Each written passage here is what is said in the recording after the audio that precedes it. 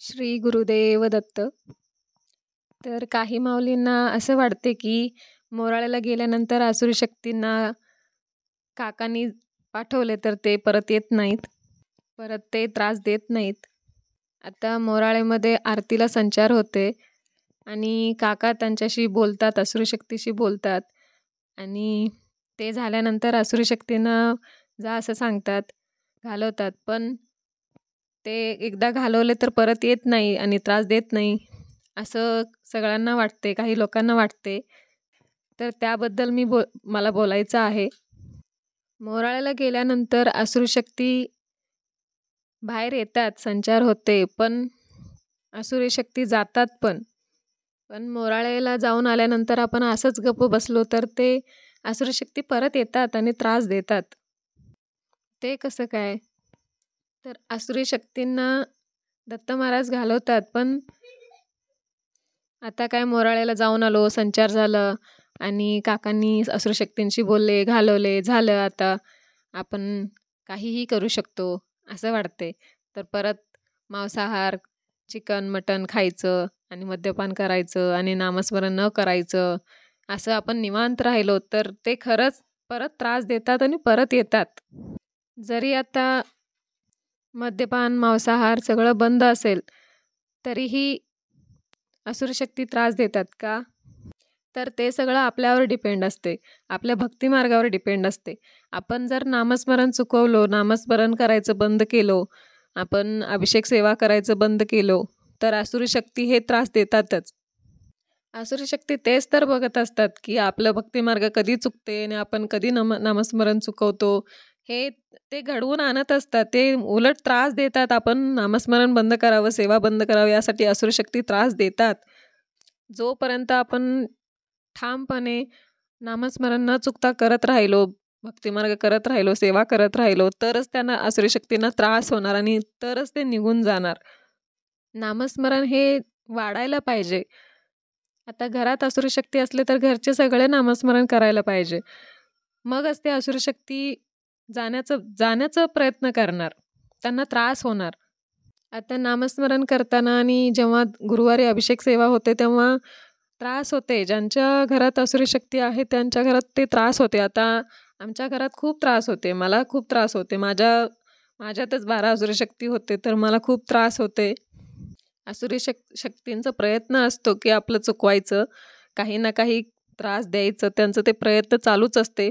फक्त आपण दत्त महाराजांवर विश्वास ठेवायचा, नामस्मरण जोरात चालू ठेवायचं आणि सेवाच करायचं न चुकता. आसुरी शक्ती हे घरातून पूर्ण जाऊपर्यंत ते त्रास देणारच. आता मी परवा तुम्हाला सांगितले होते की माझी मुलगी पौर्णिमेला माझ्या आईला बरं नव्हतं, पेशी वाढलेले, तिचं पण ते डोस जास्त होऊन डॉक्टरांनी अचानक डोस जास्त दिला आणि तिला खूप त्रास झाला. ती पण मरता मरता वाचली, रडू लागली, ते तुम्हाला सांगितलेच आहे. आणि माझी मुलगी टेरेसवरून पडली, तेव्हा काय काय झालं ते पडली एवढंच तुम्हाला मी सांगितले होते. तर आसुरी शक्ती बघा किती त्रास द्यायचा प्रयत्न करतात, पण दत्त महाराज आपल्याला त्रास होऊ देत नाहीत. आता मी माझ्या अनुभवावरूनच सांगते. आता माझ्या आईला पेशी वाढलेले तेव्हा डॉक्टरनी डोस जास्त दिलं होतं. माझ्या आईला खूप त्रास झाला, ती रडत होती, मी मरता मरता वाचले. तर हे सगळं आसुरी शक्तींचा प्रभाव आहे हे आम्हाला जाणवलेलं आहे. पण दत्त महाराज कसं वाचवत जातात बघा. त्या दिवशी माझ्या आईचं जीव जाता जाता वाचलं आणि दुसऱ्या दिवशी माझी मुलगी टेरेसवरून पडली. तेव्हा काय झालं बघा. आसुरी शक्ती त्रास देतात, पण दत्त महाराज कसं वाचवतात मी सांगते. आता आमच्या घराचं फाउंडेशनच 5 फूट आहे आणि त्याच्यावर 10-11 फूट तरी असेलच. सगळ्यांना माहिती आहे आता बिल्डिंगचं ते किती उंचावर असते ते. तर आमचं घर आता फाउंडेशन 5 फूट आहे आणि वर आम्ही थोडं खूपच उंचीवर घेतलेलं आहे. आता 15-16 फूट तरी आहे, 15पेक्षा जास्तच आहे. तर नवीन घर आहे, वर आम्ही अजून त्याला साईडला काही घातलेलं नाही, स्लॅब घालून सोडलेलं आहे. तर माझी मुलगी त्याच्यावरून पडली. तर ती कशावर पडली ते बघा. साईडला पूर्ण दगड आहेत आणि खडी आहे, काटे आहेत, काटे घातले आम्ही खडीवर आणि दगड आहेत ते चिराचं. तिथं दगड आणि काटेच भरले आहेत. तर माझी मुलगी कशावर पडली असेल विचार करा.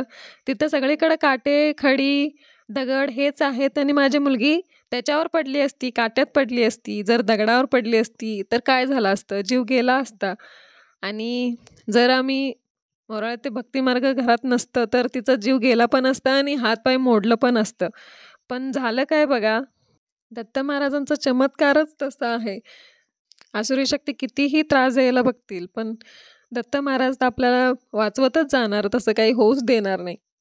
तर माझी मुलगी गवतात पडलेली. तिथं थोडंसं गवत होतं आणि तिथं काटे नव्हते. तिथं थोडं गवत होतं. त्या गवतावर माझी मुलगी पडलेली. साईडला दगड होते, काटे होते. पण माझी मुलगी तिकडं पडली नाही. माझी मुलगी थेट त्या गवतावर पडलेली. तर आम्ही पळत जाऊन बघितलं तर तिला तिला पायच म्हणजे तिला चालायलाच येत नव्हतं. तिचं पायच पूर्ण गेलं. तिला उचलून आम्ही घरात आणलो. तिला 1 दिवस पूर्ण 2 दिवस तिला चालायलाच आलं नाही. जरा पडलेली म्हणून तिला जरा दुखत होतं वाटतं. पण आम्ही काय विचार केला, ती वाकडं चालायला लागली. तिला चालायलाच येईना आणि तिला उठायला पण येईना. मग आम्हाला काय वाटलं, की काहीतरी फ्रॅक्चर झाला असेल असं वाटलं. तर मी लगेच तिला हॉस्पिटलला घेऊन गेले. गेल्यानंतर डॉक्टर बोलले, की तिला सूज आलेला नाही आहे. सूज आल्यानंतर माझ्याकडे घेऊन या असं सांगितले, एक्स-रे काढूया. तर काही औषध वगैरे दिले आणि ते झाल्यानंतर मी घरी घेऊन आले. तिला औषध वगैरे केलं. तरी पण ती वाकडंच चालू लागली. मला टेन्शन वाढलं, की सुजलं तर नव्हतं, पण आतमध्ये काय झालं हे कळत नव्हतं.